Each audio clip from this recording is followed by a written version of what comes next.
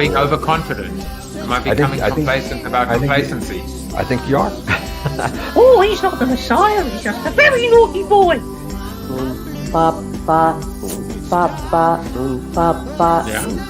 Yeah, I've got big ears. Brian doesn't want to see anyone. Piss off. That's the one. Because you literally complete me, and we complete each other. You've obviously encountered discrimination in your own life by virtue of being Australian.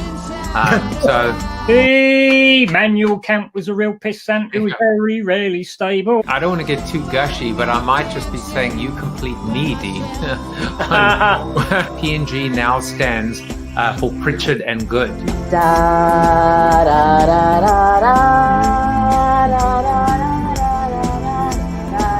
Branding is not a bad blind date. Look at you! You are insane! How did I do that? You're How insane! did I do that? You're insane!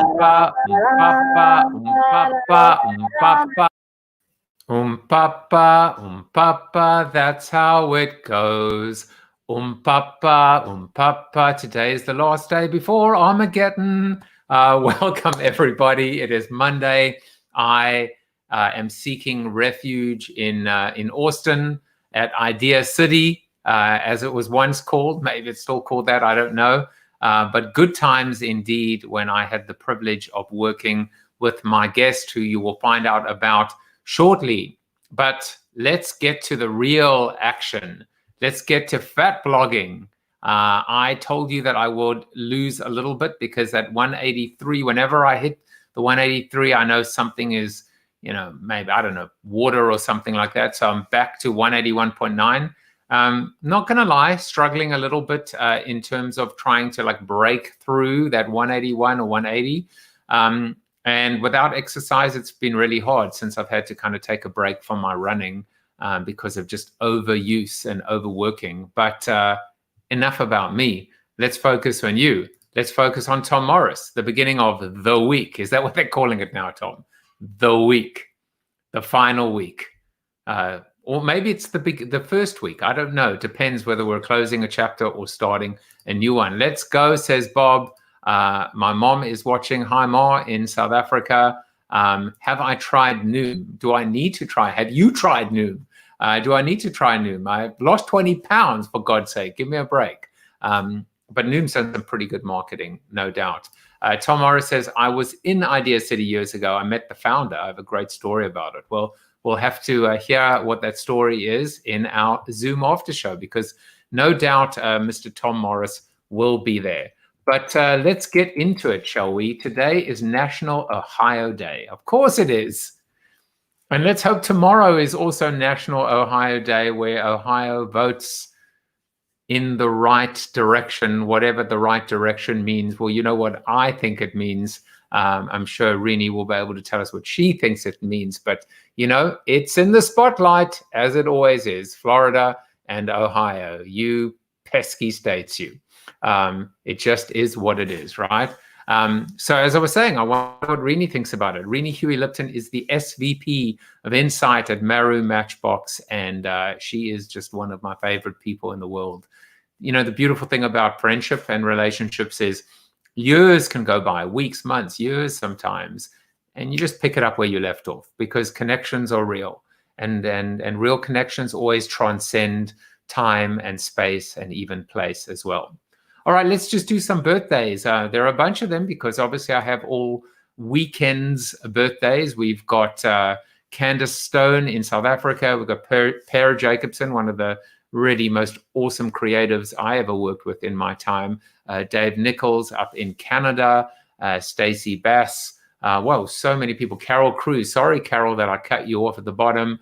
Graham Joffe. Lucas Herskabitsky at AB InBev, Mr. Carl Fremont, just going up and down the line. Happy birthday to you guys celebrating birthdays today on Facebook. And then, of course, LinkedIn on Saturday. I'll just give you, there's Richard Burkett, there is Megan Medlock, there's Adam Stone, there's Ryan Klein, Dorothy Bright, Simon Fagel. I hope I pronounced that correctly. Happy birthday to all of you celebrating birthdays at, the beginning of November, always around Election Day, if you guys are in the US. Well, let's get to our seated soliloquy, shall we? And today the seated soliloquy is called, just, very, very simply, it's called sorry. What have I got to do to make you love me? What have I got to do to make you care? What do I do when lightning strikes me and I wake to find that you're not there? What have I got to do to make you want me? What have I got to do to be heard? What do I say when it's all over? And sorry seems to be the hardest word. It's sad, so sad, it's sad. It's a sad, sad situation, and it's getting more and more absurd. It's sad, so sad, so sad. Why can't we talk it over? Oh, it seems to me that sorry seems to be the hardest word. Ironic lyrics from the iconic Elton John, who voiced his disapproval at Donald Trump using his songs Rocket Man and Tiny Dancer as warm-up music at his rallies. I believe the count is now at 22 artists, from John Fogerty to the Village People, who have done everything from speaking out to issuing cease and desists. Perhaps Donald Trump should have gone with sorry seems to be the hardest word and really listened to the lyrics, or better yet, taken them to heart. After contracting COVID-19, Trump returned to crowded, socially undistanced, largely maskless rallies just 3 weeks ago, guys. Monday, October 12th, 3 weeks ago. How hard would it have been to have emerged from Walter Reed with an orange glow of redemption and rebirth? Now that I've experienced COVID, I get it. I understand. Don't let this happen to you. It's not pleasant. Wear a mask. Protect yourself. Protect others around you.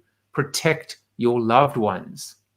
People have such short memories, and I actually think this could have been enough. Just this act would have been enough to generate a Trump victory. And if not, then coupled with the two most powerful words in the English language, as well as in the Jaffe household, it would have been the catalyst, surely, the tipping point for 4 more years. Well, the words in question obviously are, I'm sorry. As the saying goes, to err is human, to forgive divine. Or in this case, to err is human, to admit it, even more human. Win, lose, or draw, we can all learn a valuable, and in this case, tragic lesson from the corrupting power of hubris, arrogance, stubbornness, and ultimately fear of appearing to be human. And obviously, we'll see what happens over the next day or two, or 3, or week, or 2 weeks. But it is something that was on my mind and something I wanted to share with you. And as I've said to you, Corona TV is going to become a largely political free zone post-election, because I'm done. I'm tired. I'm exhausted. And maybe Rene is a little exhausted as well. We're going to have to ask ourselves, what do we do now? What do we do next? How do we voice our ability to be activist, to activate? Well, more on that when she comes on, but let me tell you a little bit about her. Rene Huey-Lipton is a reader, an arch nemesis to bullshit, and a storyteller who wants desperately to be a cross between Annie Albers and Mark Rothko, basically a moody, abstract fiber artist. Professionally, she's been a strategist for over 23 years, lucky enough to work with great people and iconic brands such as Southwest Airlines, Coke, and McDonald's. She's the founder of the Dame Collective, a globally fed, all-female job site that matches women over 40 with the companies that need them. She has 2 teenagers, a language poet husband, and 2 dogs she can't tell apart, much to the chagrin of her family. Please join me in welcoming my good friend, Rene Huey-Lipton. Yay! Yay! Yay! We're back at our old stomping grounds. I know. So listen, we met how many years ago? Do you remember? It has to be close to 18 or 19 years now. Wow, that's a long time. Isn't it? Yeah. I mean, Well, and so I want to talk a little bit about the brilliance of this program that I participated in.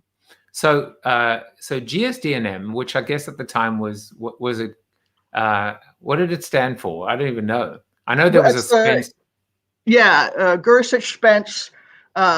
The last names of the founders, except for Judy Trabulsi, who everybody says is the ampersand that holds everybody together, but there should have been a team there. Right. I remember, but I remember Roy Spence, larger than life. What an absolute character he was. He was so. I mean, when we met, when we were working there, we had just changed the name to Idea City, and I know a lot of people sort of were like, but there was this.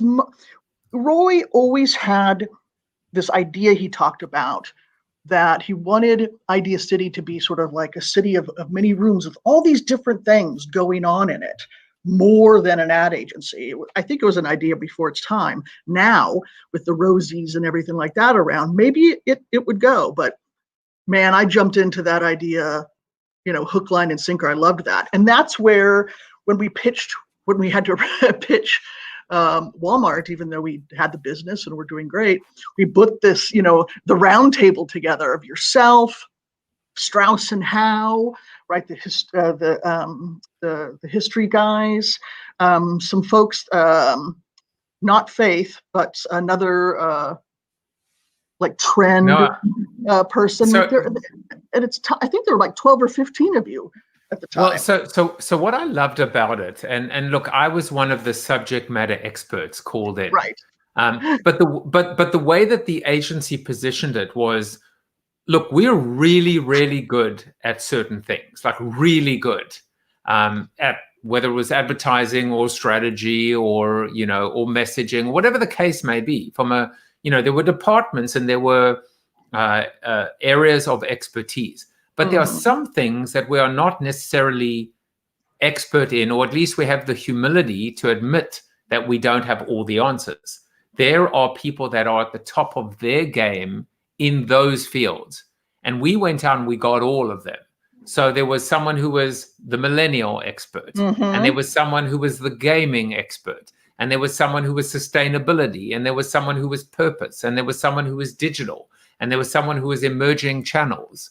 And I remember how energized I was. I wasn't the digital person. That was, I can see her. I think I can see her in my mind, but I can't remember her name. I'm like so irritated.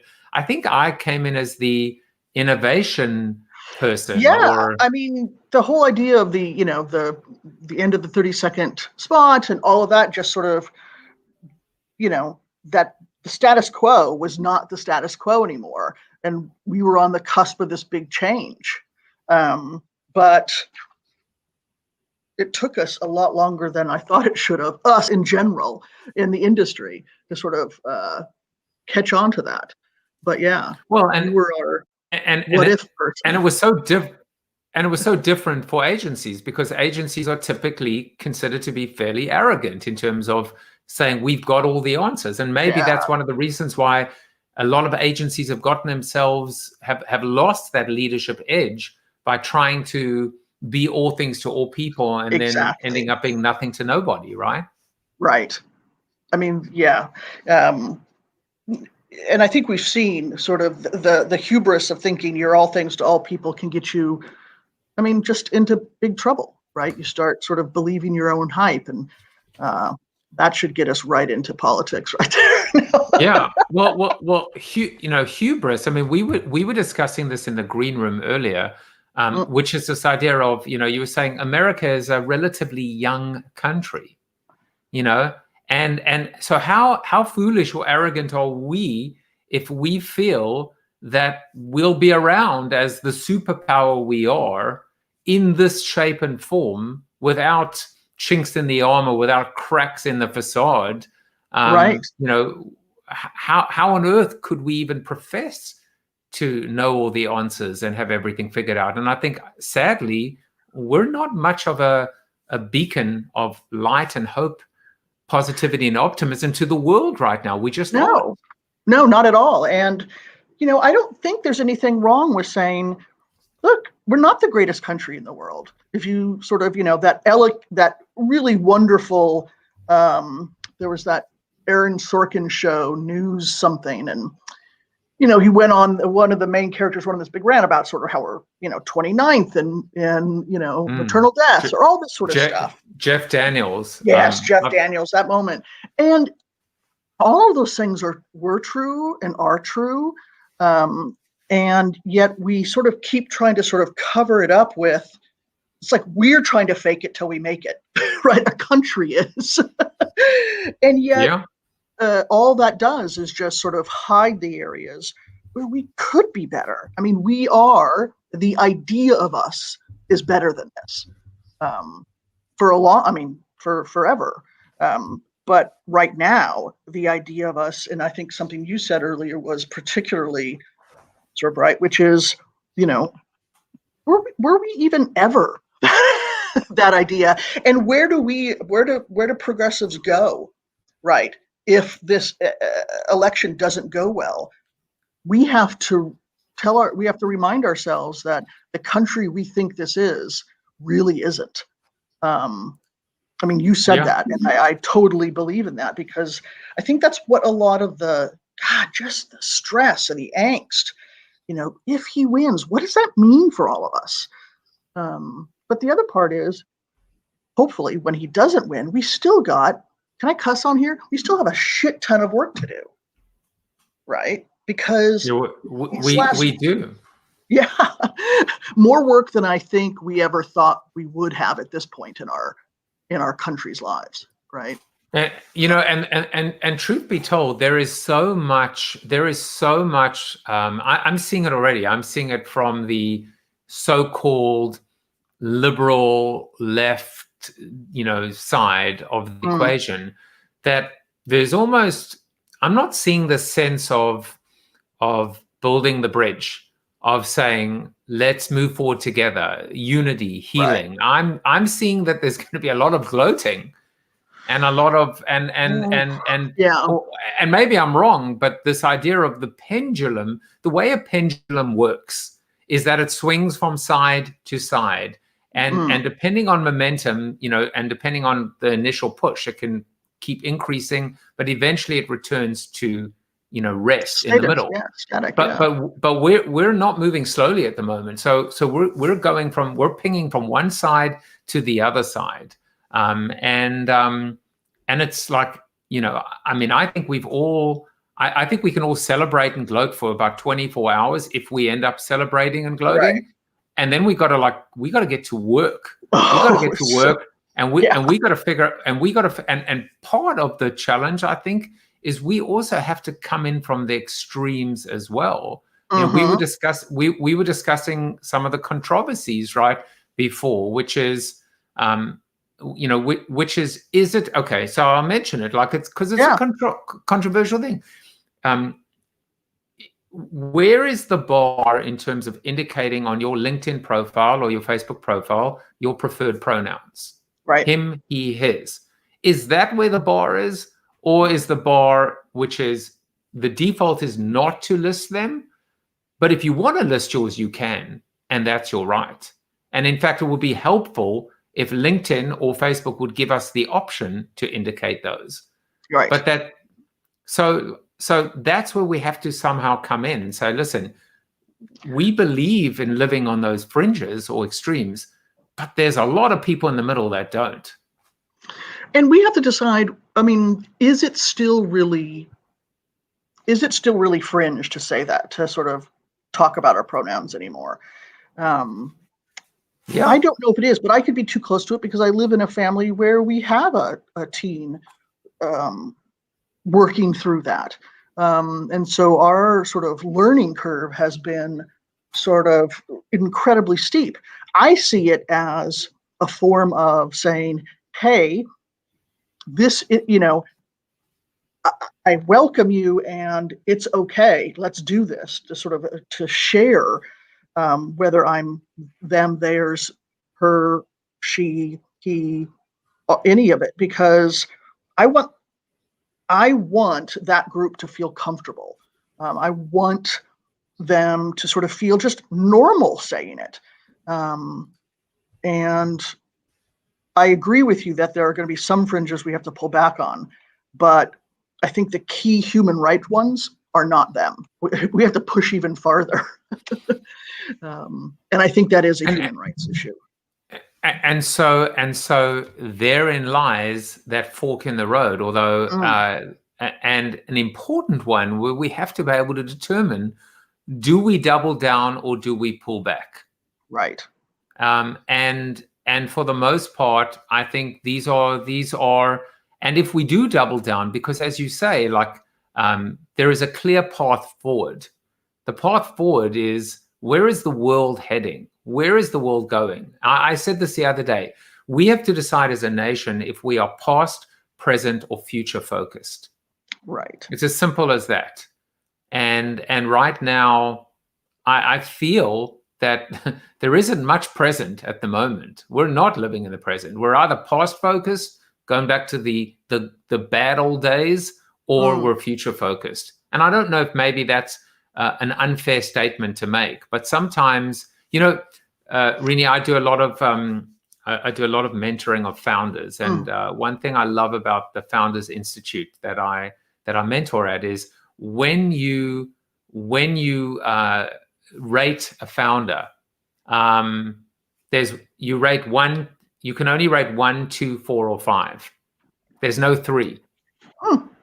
Like, I almost feel like maybe part of we need to, pick the side, right? Just be able to determine, instead of trying to like be all things to all people, just choose which country do we live in, or the country that we want it to be, or the idea. You spoke about an idea earlier. What is that idea?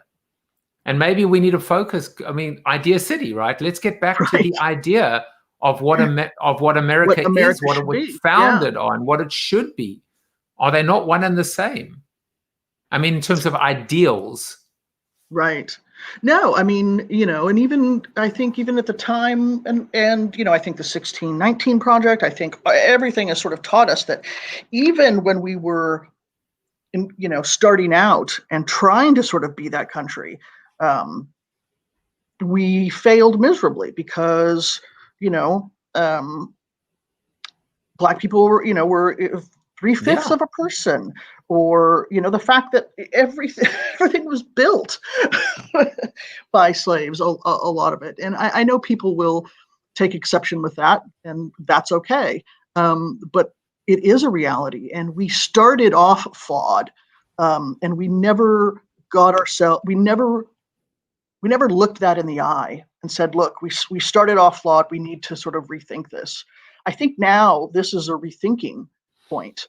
And again, we're incredibly young as a teenager in this sort of global sort of world. We can sort of say, hey, we need to reset ourselves. But that's going to take an incredible amount of focus and work on the present. And that's really hard. And so people tend to sort of want to gloss past it and go, oh, well, in the future.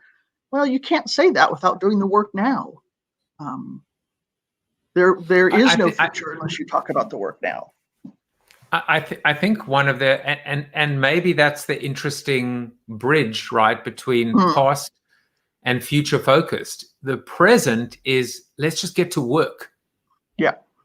Let's get to work. And I, look, I've said this, that I think that, I think what this country needs is the Truth and Reconciliation Commission. What happened in South Africa? It's so funny. Like, literally at that moment, my wife typed Truth and Reconciliation. As I said it, it popped up. What we need to be able to do is say, just come down from the perch or where you're hiding, and just communicate, just express yourself. Just let's stop labeling. Let's stop doing what advertising has always done, right? Which is generalize and stereotype. Let's figure out what connects us versus divides us. That's my struggle right now. I'm trying to articulate this struggle with you today, which is what happens tomorrow, what happens the day after. We can't go through this for another 4 years either way. We just can't. I think that, I talk about the 30% that support Trump a lot, that no matter what. And I think that that is sort of who we think, well, we are fighting them. But there is, again, you just said, that large swath of people, quote unquote, in the middle, that we do have to find that common ground with. But I also think that, we always talk about how, well, Democrats need to learn how to fight. we need to learn how to use language better. I mean, it's the other side at that 30% that is nasty. It's violent. We saw it this weekend. And in Texas with the bus, right, with the Biden bus that was, exactly. We saw it in North Carolina with, the police pepper spraying people who were marching to vote, who had a permit, who had all the sort of, right. They did it everything right, and yet still, and it was a majority of Black people getting pepper sprayed on their way to vote, and it just there's so many things, but we have to find a way at the same time of sort of, we're never going to change that 30% mind. They're always going to be that way. We have to find a way of sort of, I don't know if fighting's the right word, but but also finding that common ground, which something Roy spoke about all the time when we were working on Hillary's campaign, is, we have to find the common ground because we'll just be stronger that way.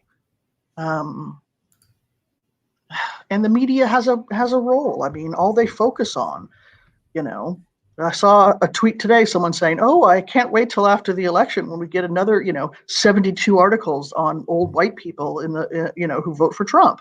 That's the truth, right? And they built it up, I think, even larger than the reality is. I mean, Chris Cuomo had this little segment on CNN, and he was profiling what he called Americans. And I love the idea of if we are American, the American, it's a can do. It's a positive outlook. It's building. It's dare I say, building back better. I mean, that's a hopeful message, which is recognizing. I mean, I think you see this as well with respect to everything from the Women's March to Me Too, the progress that has been made or the lack thereof. I wonder if you could talk about how you've dedicated so much of your time, and where we are with this, massive constituency. I mean, we're trying to think of and uplift so many people, but where are we in terms of how are women doing in the workplace, in general, in society, in our culture? I was a lot more positive until Lindsey Graham this weekend. He put it perfectly, which is how the Republican Party thinks about, and how quite frankly, a lot of people, in and out of the Republican Party think about women. I want every young woman to know there's a place for you in America if you're pro-life, if you embrace your religion, and you follow traditional family structure.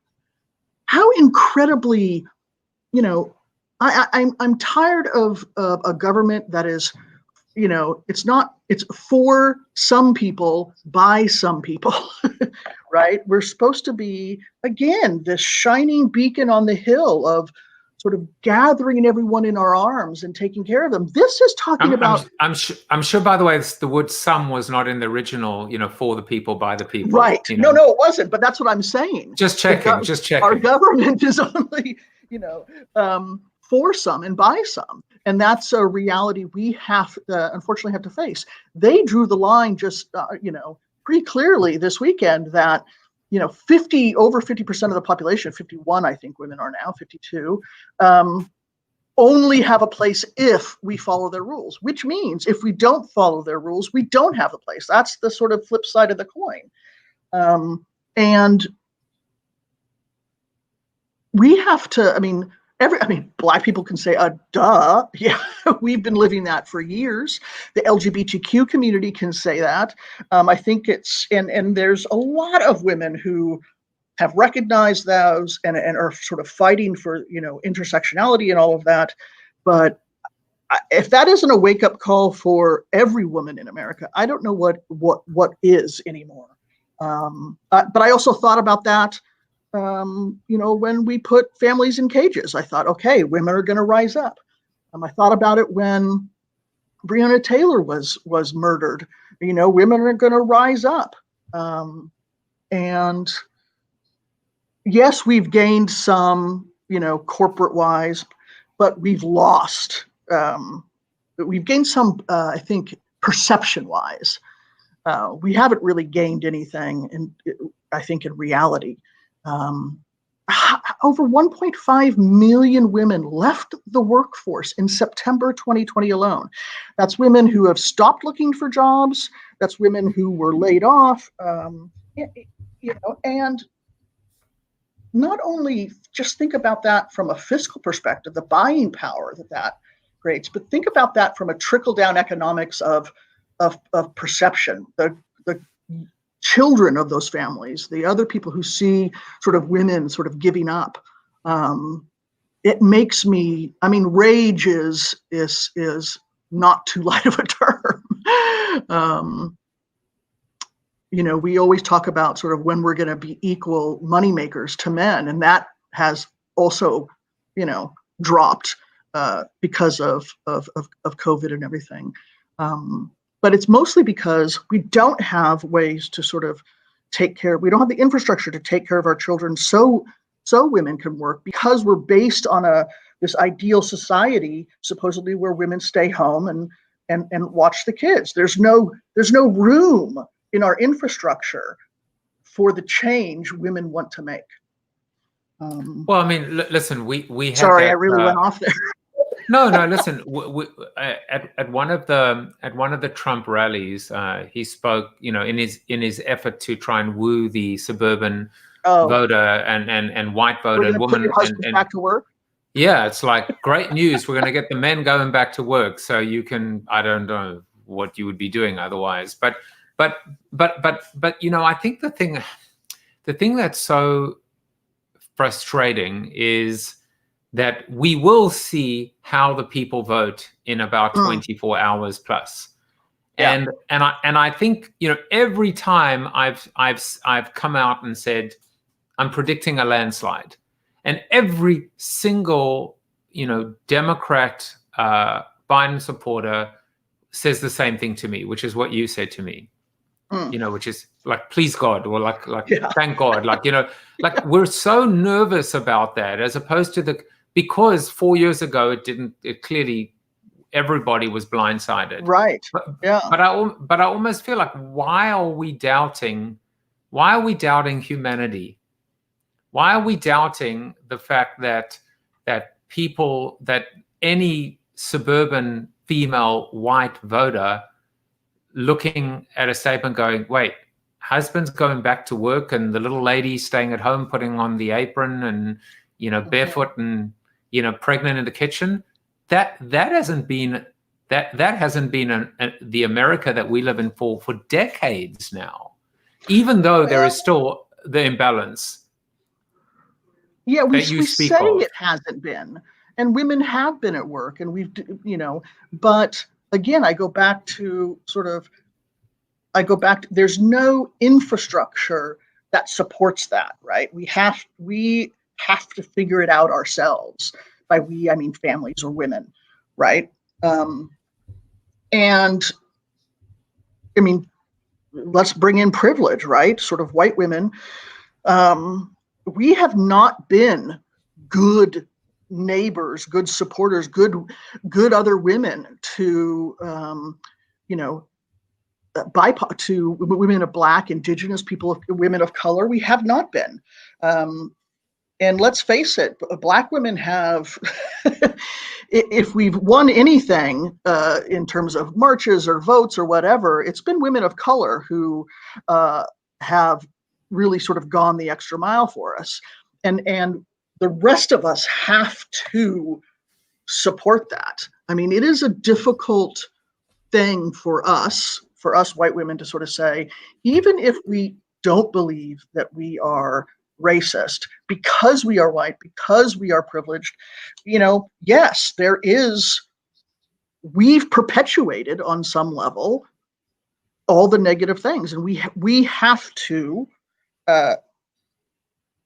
think about that every moment of every day in terms of our interactions with other people, so that we can make sure that we're trying to lift all women up.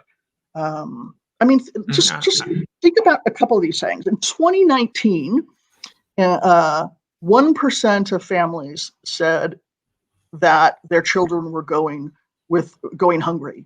This year, that jumped up to 14%, right? And that correlates to sort of the sheer amount of women who have left, the employment, right? We're not feeding our children. We're not a happy country. Only 14% of Americans say we're very happy. 80% of Americans are dissatisfied with America. There's a lot of work to do, and sorry if I've jumped on it. No, Rene, I heard this phrase which I'd never heard before. This idea of they use it in context of like customer journey, which I thought I knew anything about. This idea of jobs to be done. Have you heard that phrase? Yeah. But there's work to be done. There's jobs to be done with respect to this. I think that's there's real work that needs to take place right now. There's real work that needs to take place. Yeah. And are we going to get out of our own way to let it happen? To let it, to follow the people that we typically don't follow. Look at the AOCs of the world, the Sarah Kendziors, the Amy Siskins, the Mona Eltahaways, all, Goddess Rivera. I mean, all these, Lovey, all of these women who found a voice, and other people started listening to them finally, who were sort of saying, hey, Sarah Kendzior is a perfect example. Her book is astounding, right? And they had a chance. They have a voice now, and we have to sort of listen to them and learn to listen to the unusual place, the unusual voices, not the status quo. I hope we do that. Tom Morris says there's invisible systemic sexism, just like invisible systemic racism. And I have two questions here for you, which is Jan, he says, do we humans on this planet have time to reset? Can we expect our species to adapt any faster than other species needed to in a changed world? And I love that question.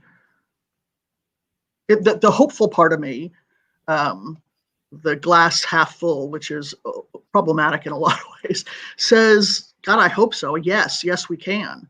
But I look at the last 4 years, there's the meme that goes around that sort of says, it took us 225 years to create America and 4 years to destroy it. And that's true, right?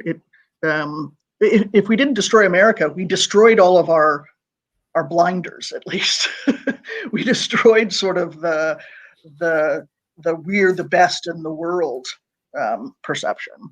Well, I would still push back on the fact that I think there are people that believe that we are the best in the world. Oh yeah, Here's an interesting question. David Sussman says, so what is the to-do thing that white women need to do to do their part in this quest to help others? What is the jobs to be done? Where do we begin? And by the way, I'll just add one point. I've had a number of guests that have spoken about food insecurity, and that there were more people in the United States pre-COVID that were food insecure than there are people who live in Canada. Yep. How's that for a statistic? That was pre-COVID, and that number is spiked. But what do you think? How do you answer that question? We have to shut up and step back and listen. And for someone like me, who's always sort of, let's go, that's incredibly hard to do. because we want to fix things. I'm a natural fixer. If there's, and I think there's a lot of us like that, but we white women have to take a step back, and have to just shut our mouths for a while and listen to the women of color who have experienced life in a way that we never have and never will, and have persevered, and we have to sort of follow them in terms of finding the solutions. And after that, what do we all do? What can we do? Where do we begin to actually make it? Because I'm also a fixer, problem solver, solution. Yeah. This is all I want to do is try and fix things. But what can we do to begin fixing? God, I wrote a list for Joe and Kamala, and first on the list was, reunite those families. Yeah, it's only 545, but God, if we as America can't do that, right, then let's just give up, because families and family structures was at the core of everything we've always talked about as a country and as a culture from sort of the very beginning. That has to be done. We have to sort of figure out, I don't know how to solve for racism and misogyny, other than, get rid of, sorry to say, all of the sort of older white men who are in government right now, whose only job they see they have is protecting the status quo, right? And the status quo is they make the laws, and we're good little people and follow along. And if the people who are making the laws are white, they hope that most of the white people will follow along and be quiet. We need vastly different representation. We also need to stop making this government people shouldn't be celebrities, right? They're doing a job for us and with us. They work for us. We hear that phrase a lot. They work for us. And yet, the hatch violations in this one administration alone is the thing that sort of just blew, for me, is the thing that said, wow, there really are no checks and balances. And the people around me just laughed and laughed. Oh, Rene, you're so cute and naive. But it's true. Rene, here is your quote that you have to indicate. It says, "Loyalty to country always, loyalty to government when it deserves it."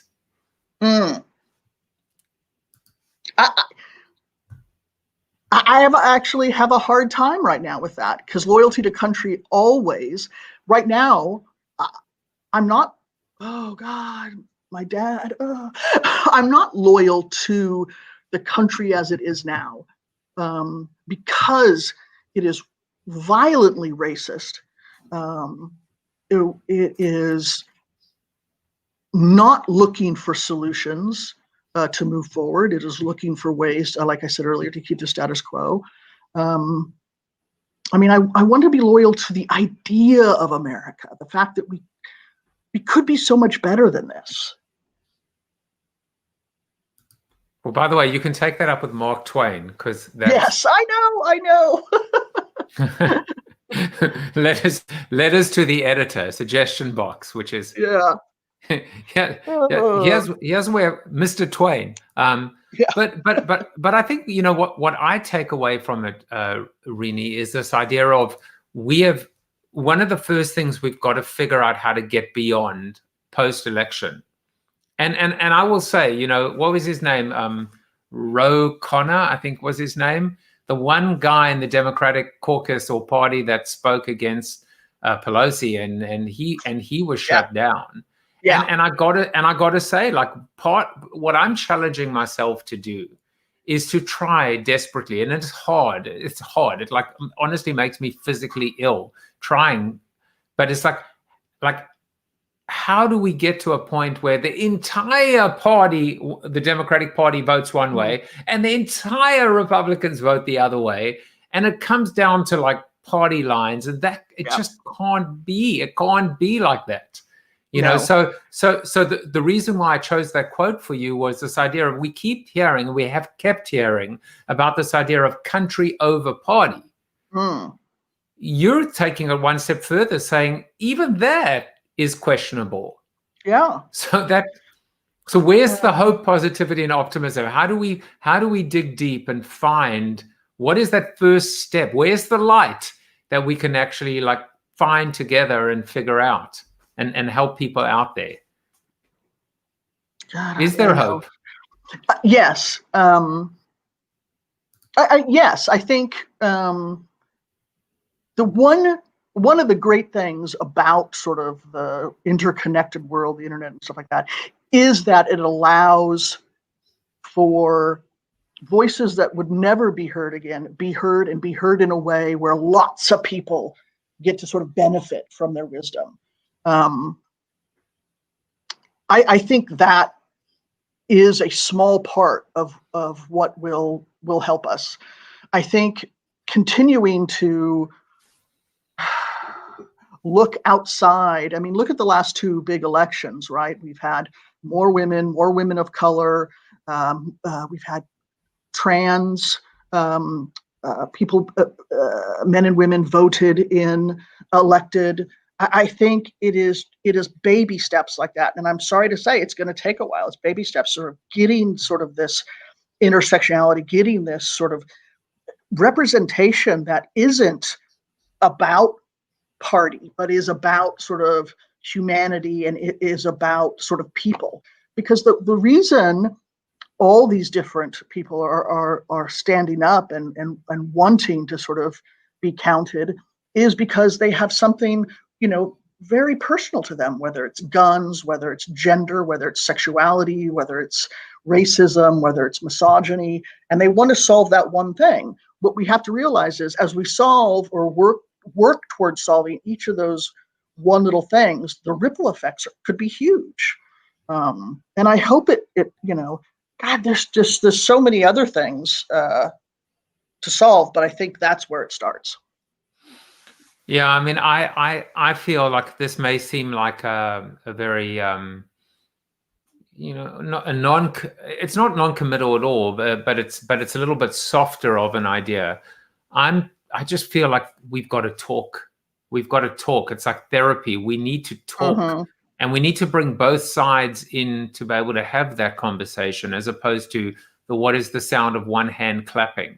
Yeah. And you know, this is the sound. And what do you feel about that? About the ability to try and, you know, it's almost, I've used the example many times. There used to be a show, however short-lived, called Hannity and Combs, right? Oh, right. You know, good old Sean Hannity, right? And the late I forget his first name, but Combs, what was his right? But he passed away from cancer. And I won't say anything. I was going to make an anti-Hannity statement there, but that's what we need, and we need that. I mean, I think Leslie's right. You know, right. Well, she's saying talk, but you need listening. Not only do we need to be able to let both sides talk, but we've got to. There's got to be a concession. I feel like we need new rules of engagement, new laws, not laws, or suggested guidelines for talking, which means, you know, let's just say I represented one side and you represented the other side. Well, I would represent my point of view. You represent the polar, diametrically opposite. You would have to now fight. It's almost like a couples therapy, right? Yeah. You would have to say, here is the truth in what you said, and I would say, here is the truth in what you said. There's got to be, you got to find the merit in the other point of view, and then you've got to say, on what grounds can we compromise? What are we both saying that actually is true? Right. You know, and it's not. When I sit down and when I think about my parents who couldn't be more opposite than me in terms of, or I couldn't be more opposite of them in terms of politics and all of that. But it is that cliche of when it is in their family, oh, that's okay. we have to make that leap between, okay, I have, you know, a non-cis, I have a genderqueer granddaughter who goes, a genderqueer grand person that goes by they, them, all of that. And we need to be able to sort of find a way to sort of take that understanding and love for that person and make it meaningful for all the rest, right? It's like earlier when the Republicans who supported, you know, getting, you know, throwing all of the immigrants out. Oh, but not our Robert, you know, who's Mexican, who's here maybe illegally. He's a great guy, right? Well, I see something.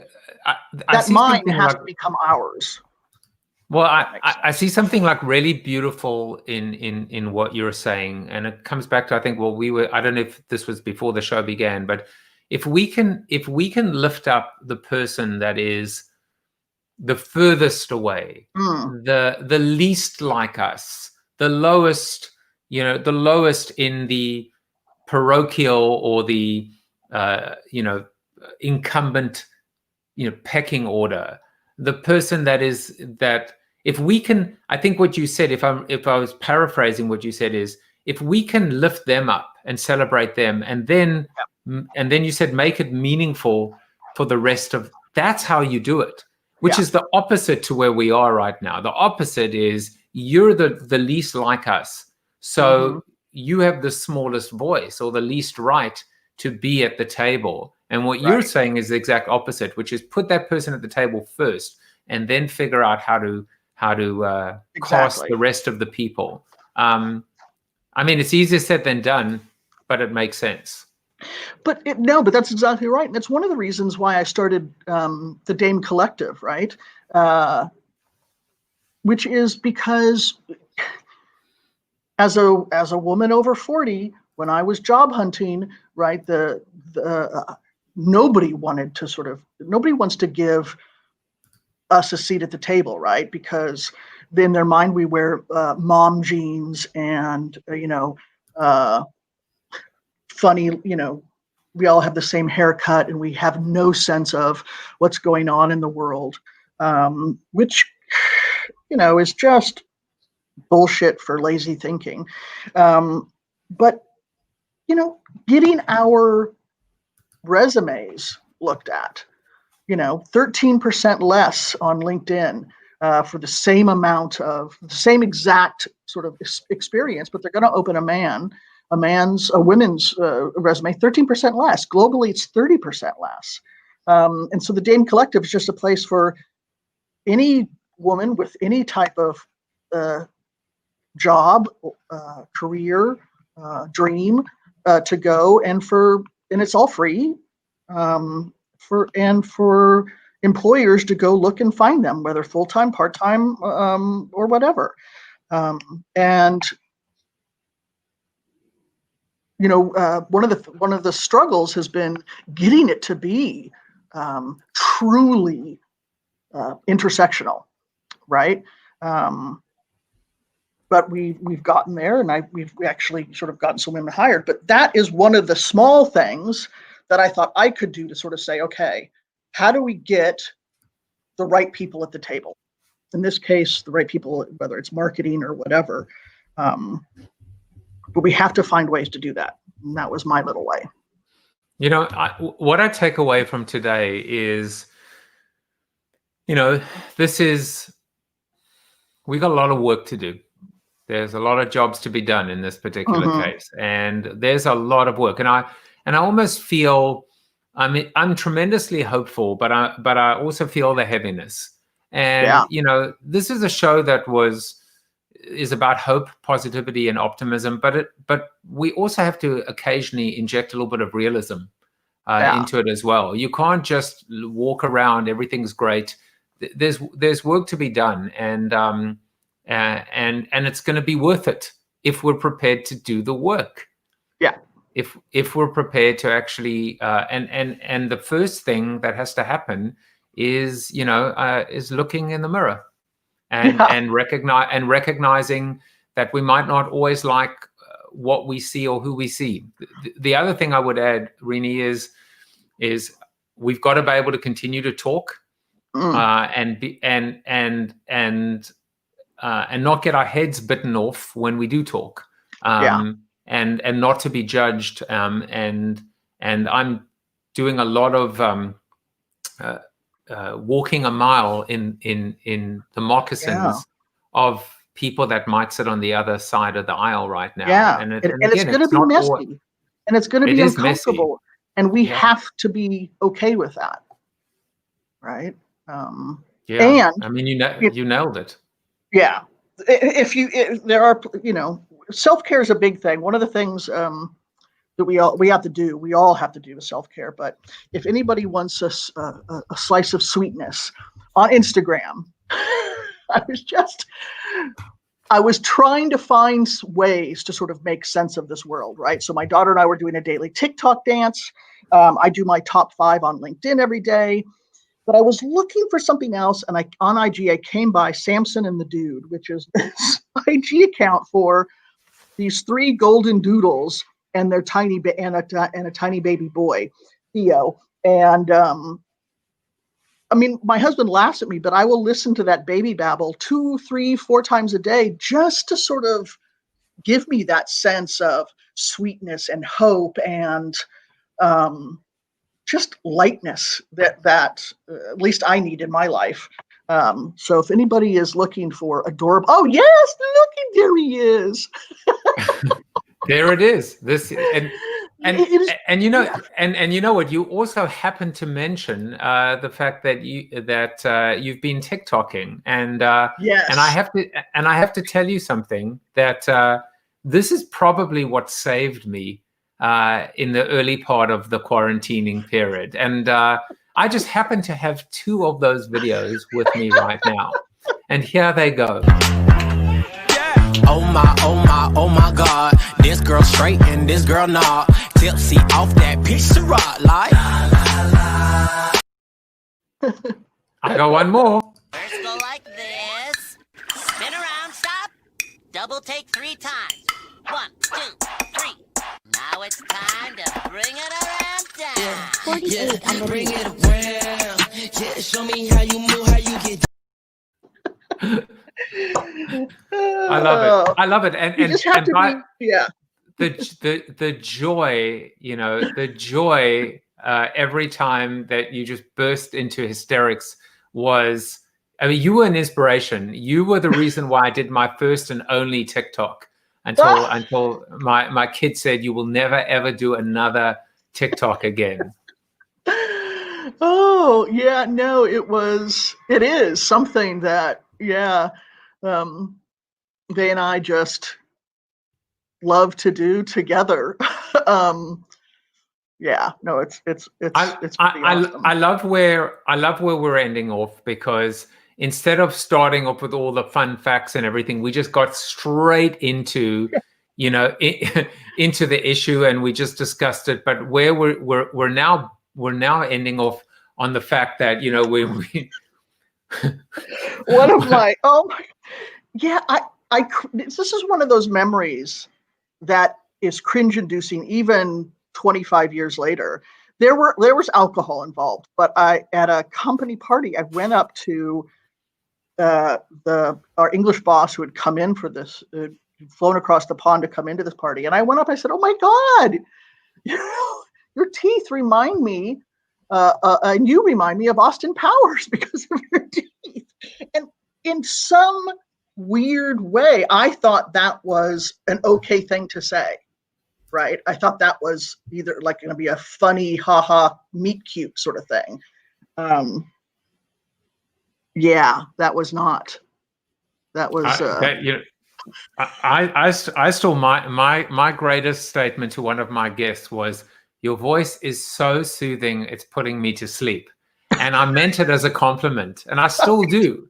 It was just so beautiful, and the timbre and the, it was so relaxing, and I needed the relaxing. Look, we're ending in a perfect way. Why?